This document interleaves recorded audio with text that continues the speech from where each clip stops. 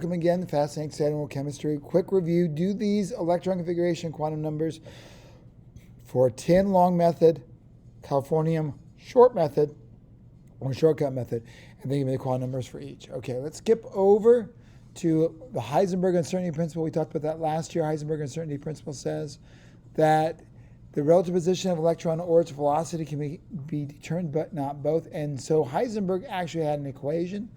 That equation is the change in position, the x value, is equal to the change in the mass times the velocity of that object, and be greater than the Planck's constant divided by 4 pi. So that would tell you how accurate we can be sure of either velocity of an electron or its placement. So let's look at a problem.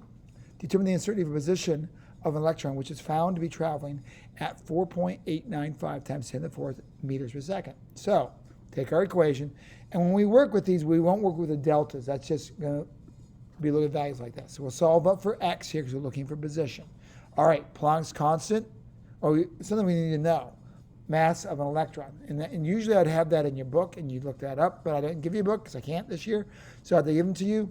Mass of electron, 9.10938.215 times 10 to the -31st kilograms. And just in case you might need a mass of a neutron is listed there, and mass of a proton listed there as well. All right, so we'll start with Planck's constant, 6.63 times 10 minus 34 joule seconds. All over. 4 pi mass. It's an electron, so it's 9.10938.215 times 10 minus 34th kilograms.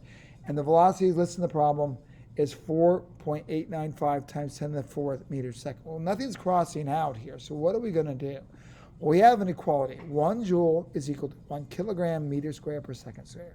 So set that up, a kilogram meter squared per second squared over joules, and joules cross out, and then meters cross out, and then seconds cross out, and then the other seconds cross out.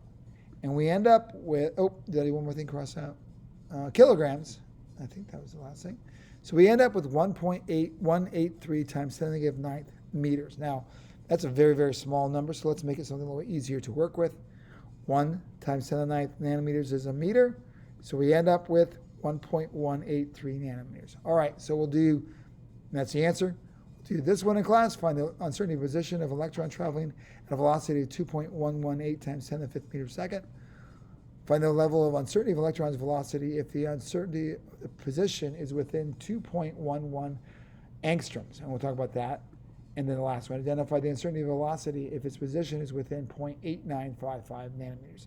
That's it. Take care. Be good. Any questions, let me know.